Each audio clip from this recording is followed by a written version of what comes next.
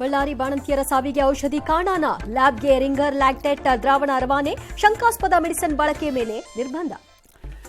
ಸದ್ಯಕ್ಕಿಲ್ಲ CM ಸಂಪುಟದ surgery. ಜನವರಿಯಲ್ಲಿ cabinet ಜೊತೆಗೆ ಕೆಪಿಸಿಸಿ ಪುನಾರಚನೆಯನ್ನು ಹಾಸನ ಸಮಾವೇಶಕ್ಕೆ ಹೈಕಮಾಂಡ್ ಸಿಗ್ನಲ್.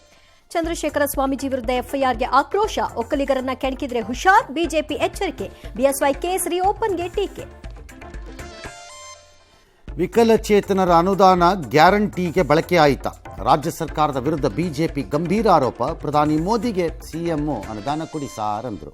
ಮಹಾ ಸಿಎಂ ಆಯ್ಕೆಗೆ ಶಿಂದೆಯೇ ಕಗ್ಗಂಟಾದ್ರ, ಈ ಅಧಿವೇಶನದಲ್ಲೂ ವಕ್ಫ್ ಬಿಲ್ ಇಲ್ಲ. ಮಹಾರಾಷ್ಟ್ರದಲ್ಲಿ ವಕ್ಫ್ ಬೋರ್ಡ್ ಅನುದಾನ ವಿವಾದ.